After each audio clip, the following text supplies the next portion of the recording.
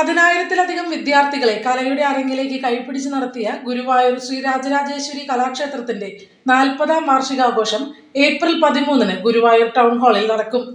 ഒരു ദിവസം നീണ്ടു നിൽക്കുന്ന ആഘോഷ പരിപാടികളാണ് സംഘടിപ്പിച്ചിട്ടുള്ളതെന്ന് കലാക്ഷേത്രം ഭാരവാഹികൾ വാർത്താ സമ്മേളനത്തിൽ അറിയിച്ചു.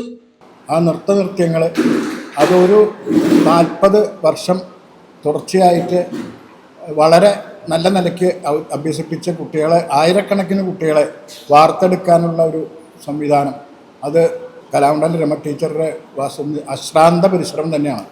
അവർ ആ കാര്യത്തിൽ അവർ 100% വളരെ ആത്മാർത്ഥതയോടുകൂടി അത്രയും കുടുംബങ്ങൾ, ആ കുട്ടികളുടെ രക്ഷിതാക്കൾ, ആ കുടുംബങ്ങളായിട്ടുള്ള ബന്ധം, അതൊക്കെ ഈ 40 വർഷങ്ങളായി നിലനിർത്തി പോരുകയാണ്. വിദ്യാർത്ഥികളെ നൃത്തം അഭ്യസിപ്പിക്കാനായത് തന്റെ ജീവിതത്തിലെ വലിയ ഭാഗ്യമാണെന്ന് ശ്രീ രാജരാജേശ്വരി കലാക്ഷേത്രം പ്രിൻസിപ്പൽ കലാമണ്ഡലം രമ പറഞ്ഞു. അല്ല, അത് എനിക്കൊരു ഭാഗ്യമാണ്. ഞാൻ സ്വപ്നത്തിൽ പോലും വിചാരിച്ചിട്ട് ഗുരുവായൂർക്ക് വരുന്നോ, ഇങ്ങനെ ഒരു ക്ലാസ്സുകൾ എടുക്കാമെന്നോ, ഇത്രയും ഇങ്ങനെ പഠിപ്പിക്കാനുള്ള ഒരു കഴിവുണ്ടോന്നൊന്നും വിചാരിച്ചിട്ടില്ലായിരുന്നു.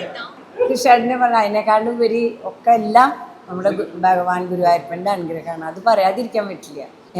2 കൃഷ്ണന്മാരുടെ, പിന്നെ നമ്മുടെ ഗുരുനാഥന്മാരുടെ. പഠിക്കണ കാലത്ത് ഞാൻ അത്ര വലിയ ആളൊന്നുമല്ല, ഇപ്പോഴും ഞാൻ ആളല്ല, ഒട്ടുമല്ല.